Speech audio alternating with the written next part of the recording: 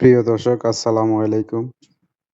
আজকে আসলাম একটি কবরস্থানে। তো আমার পাশের রুমই, আমরা চাচা ডাকতাম আর কি। উনি মারা গেছে আজকে আরো 15 দিন আগে। তো মারা গেছে, এখন হসপিটালে ছিল। তো বাড়ির থেকে এখন আর ছেলে মেয়েকে জানানো হয়েছে, ছেলে মেয়েকে দেখানো হয়েছে। ছেলে মেয়ে বলতেছে লাশ নিবে না এখানে মারি দেওয়ার জন্য। দেখেন, বেটা 30 বছর বিদেশ করছে। 30 বছর বিদেশ করার পরে ছেলে মেয়ে বলতেছে লাশ নিত না, এখানে মারি। এর চেয়ে দুঃখ কষ্ট আর আছে কিনা আমি জানি না, তবে আমরা মাটি দিলাম, এখানে মাটি দিলাম আর কি। জানাজা করে আসর নামাজের পরে তো মাটি দেওয়া হয়েছে। সবাই ওনার জন্য দোয়া করবেন। আল্লাহ হাফেজ, ভালো থাকেন, আসসালামু আলাইকুম। আবার সবাই দোয়া করবেন যাতে যেই প্রবাসে মারা যায় যাতে লাশটা বাড়িতে নেয় আর কি। আমার এই ভিডিওটা যারা দেখবেন শেয়ার করে দিবেন। লাশটা যাতে বাড়িতে নেয় সবাই, যাতে এরকম ছেলে মেয়ে না হয়, যাতে ওইখানে মাটি দেওয়ার জন্য না বলে।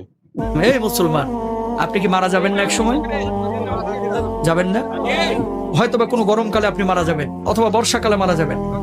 যেদিন আপনি মারা যাবেন, রূহটা যখন কবজ হবে, দেখবেন অনেক মানুষ ফেল ফেলায় তাকায় থাকে, কথা বলতে পারে না। আপনি মনে করেন যে তার এখন পিপাসা লাগছে, কারণ রূহ কবজ শুরু হয়ে গেছে ভিতরে। দুনিয়ার সবচেয়ে কঠিন সময় হচ্ছে এই সময়টা, যে সময়টা মানুষের রূহটা কবজ হবে। তখন আপনি যে এই যে মুখে পানিটা ঢেলে দেন, দেখবেন যে পানিটা গিলতে পর্যন্ত পারে না, ঠোঁটের দুই কিনারা দিয়ে ওই পানিটা বের হয়ে যায়। আল্লাহু আকবার। ঠিক ওই সময়টা আপনার স্ত্রী আপনার দিকে তাকিয়ে থাকে, আপনার ছেলে আপনার দিকে তাকিয়ে থাকে, আপনার মেয়ে আপনার দিকে তাকিয়ে থাকে। আপনিও কিন্তু তাদের দিকে তাকিয়ে থাকেন, অনেক কিছু বলতে চান কিন্তু বলতে পারেন না, কারণ আপনার ভিতরে যে জ্বালা তৈরি হয়েছে, এই জ্বালা আপনি ছাড়া আর কেউ বুঝতে পারে না, ঠিক কিনা? যখন মালাকুল মাউত রূহটা কবুল শুরু করে, মানুষজন যারা অপরাধী বারবার একটা কথা বলে, ও মালাকুল মাউত, এবারের মতো আমাকে ছেড়ে দাও, আমাকে নিও না, এবারের মতো তুমি আমাকে ছেড়ে দাও, আমাকে নিও না, আমাকে 10টা দিন সময় দাও, 2টা দিন সময় দাও। এই অবস্থায় আমি কবরে গেলে আমি জাহান্নামী হব, আমাকে মাফ করে দাও, আমার রূহটা এখন কবজ করো না। কিন্তু আমার আল্লাহ রাব্বুল আলামিন কি বলছেন? হাত্তা ইদা জাহাদাহুল মাউত ক্বালা রাব্বির জিউন লাআল্লি আ'মালু সালিহান ফীমা তারাকতু। আমার আল্লাহ রাব্বুল আলামিন বলছেন, এই দুনিয়ার মানুষ, তোরকে আমি 60 বছরের জীবন দেই না, তোরকে আমি 40 বছরের জীবন দেই না, তুই কেন তখন বুঝলি না? কেন সৎ কাজ করলি না? কেন তওবা করলি না? ও মুসলমান, এই রূহ কবজের সময় কষ্ট যন্ত্রণা আপনার আমার হবে না, এই গ্যারান্টি আপনারা দিয়েছে কে? যন্ত্রণা। আল্লাহর নবীর যখন রূহটা কবজ করা হচ্ছে, নবীজির কপালটা বারবার ঘেমে যাচ্ছে। আমাদের আয়েশা বলতেছেন, ইয়া রাসূলুল্লাহ, আপনার কপালটা ঘেমে যাচ্ছে কেন? আল্লাহর নবী বলছে, আয়েশা, আমার বুকের উপরে যেন উহুদ পাহাড়টা চেপে ধরা হয়েছে। আল্লাহু আকবার। আল্লাহর নবীর যদি অবস্থা হয়, আপনার আবার অবস্থাটা কি হতে পারে আপনি জানেন না? এই বাড়ি যাবে না, আপনার সঙ্গে গাড়ি যাবে না, কিচ্ছু যাবে না।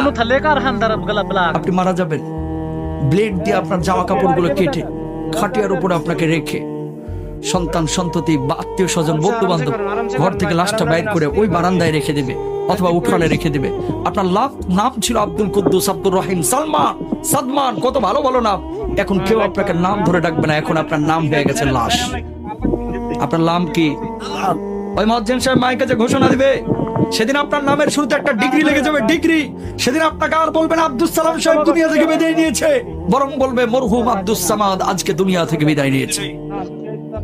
ও মুসলমান, খাটিয়া যখন নিয়ে যাবে, সন্তানগুলোকে বলবে, ও সন্তান, তোর জন্য কি আমি বাড়ি করেছি না? তোর জন্য কি আমি 30 বছর 60 বছর কষ্ট করেছি না? ও প্রাণের সন্তান, খবরদার আমারে কবরে একা রাখিস না, একা রাখিস না, একা রাখিস না। ওই সন্তানগুলো কবরের মধ্যে নামবে, বাবাকে যখন শুইয়ে দিবে, সন্তানগুলো একজন করে যখন উঠে যাবে, বাবা বলবে, ও সন্তান, তোর জন্য আমার জীবনের 30টা বছর শেষ করে দিয়েছি, ও সন্তান প্লিজ আমার একা রেখে যাস না, আমি থাকতে পারবো না, আমি থাকতে পারবো না। একজন করে উঠে যাবে। বাঁশগুলো যখন কবরের উপরে দেওয়া হবে, আপনি আকাশের দিকে তাকিয়ে থাকবেন কিন্তু কথা বলতে পারবেন না, বুক ফাটা আর্তনাদ, কলিজা ফাটা কান্না। সেদিন আপনি কাঁদবেন কিন্তু কেউ শুনবে না। সন্তান একজন করে উঠে যাবে, বাঁশগুলো যখন একটার পর একটা দেওয়া হবে, একটু আলো কবরের মধ্যে ঢুকবে, আপনি চিৎকার করবেন, ও সন্তান প্লিজ আমাকে রেখে যাস না, আমি অন্ধকার বড় ভয় পাই, আমি অন্ধকার বড় ভয় পাই রে, এইভাবে আমাকে রাখিস না। কিন্তু সন্তান শুনবে না, উঠে যাবে। এই যে বাঁশগুলো যখন পুরোটাই দিয়ে দিল, একটু আলো ঢুকতেছিল, এখন আলোটাও নাই। বাঁশের উপরে চাটাই দেওয়া হলো, এখন ঘুটঘুটে অন্ধকার। পাশ দিয়ে যদি একটা সাপও হেঁটে যায় আপনি টের পাবেন না, এমন অন্ধকার। মানুষ যখন মাটিগুলো দিবে, ধিপধাপ আওয়াজ হবে, মাটি দেওয়া হয়ে যাবে, মানুষ চলে যাবে। যখন দেখবে যে সন্তান একা থুয়ে, আপনার ভাই একা থুয়ে, আপনার বাবা একা থুয়ে, আপনার অন্য আত্মীয়রা একা থুয়ে আপনাকে থুয়ে কবরে চলে যাচ্ছে, পায়ের আওয়াজ আপনি শুনতে পাবেন। সেই সময়ের বুক ফাটা আর্তনাদ, কলিজা ফাটা কান্না যদি দুনিয়ার কোনো মানুষ শুনতে পাইত, সঙ্গে সঙ্গে দুনিয়া থেকে বিদায় নিত। আল্লাহ পাক। মানুষ দুনিয়া ধরতো না, তাহলে পাগল হয়ে যেত। হাজার ওয়াজ দরকার নাই মুসলমান, এরকম দু একটা জিনিস একটু মেনে নেন, জীবন পরিবর্তন হয়ে যাবে, ঠিক কিনা? ওয়াজ তো জীবনে বহুত শুনেন, আমি অত ভালো বক্তা না, কিন্তু একটা উপদেশ দিলাম, খালি আখিরাতটাকে প্রাধান্য দেন, দুনিয়ার জন্য এত পাগল হয়েন না। মেনে নিলাম আপনি রাষ্ট্রপতি হয়েছেন, আপনি প্রেসিডেন্ট হয়েছেন, বাংলাদেশের জনক হয়েছেন, বাংলাদেশের মালিক আপনি হয়েছেন, আল্লাহরে আপনি পান নাই, কোনো লাভ আছে? কথা কয় না। আপনি বাংলাদেশের কিচ্ছু না, একজন রিকশাওয়ালা, একজন ফকির, কবরে গেছেন, আল্লাহরে আপনি পেয়ে গেছেন। আপনার চাইতে সফল মানুষ আর কেউ নাই। কথা বলেন। সুতরাং দুনিয়ার সব কিছু পাইলেন কিন্তু আল্লাহরে পাইলেন না, কিচ্ছু লাভ নাই। দুনিয়ার কিচ্ছু পাইলেন না কিন্তু আল্লাহরে পেয়ে গেছেন, আপনি দুনিয়ার বুকে সবচাইতে বড় সফল, ঠিক কিনা ভাইরা আমার?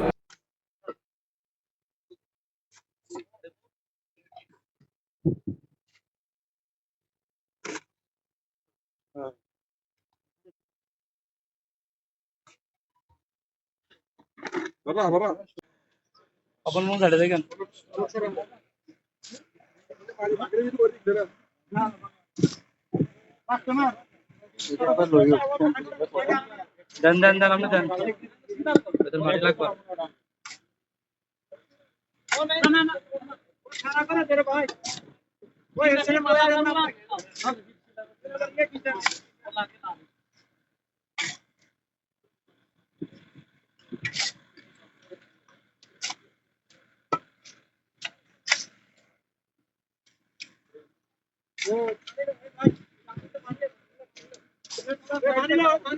আজ বাড়ি কি তো আরে ভাই আমি সবাই না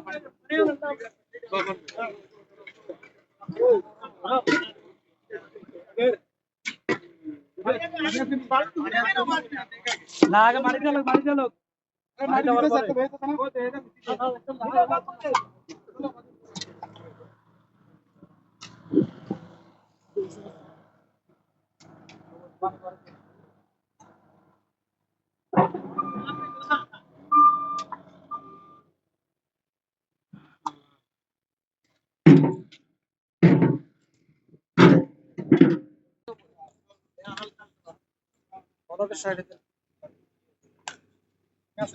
গুলোকের উপরে হালকা করে দিয়ে দেন। ওরা পাশে আমার পরিয়ে লাগবে, আমার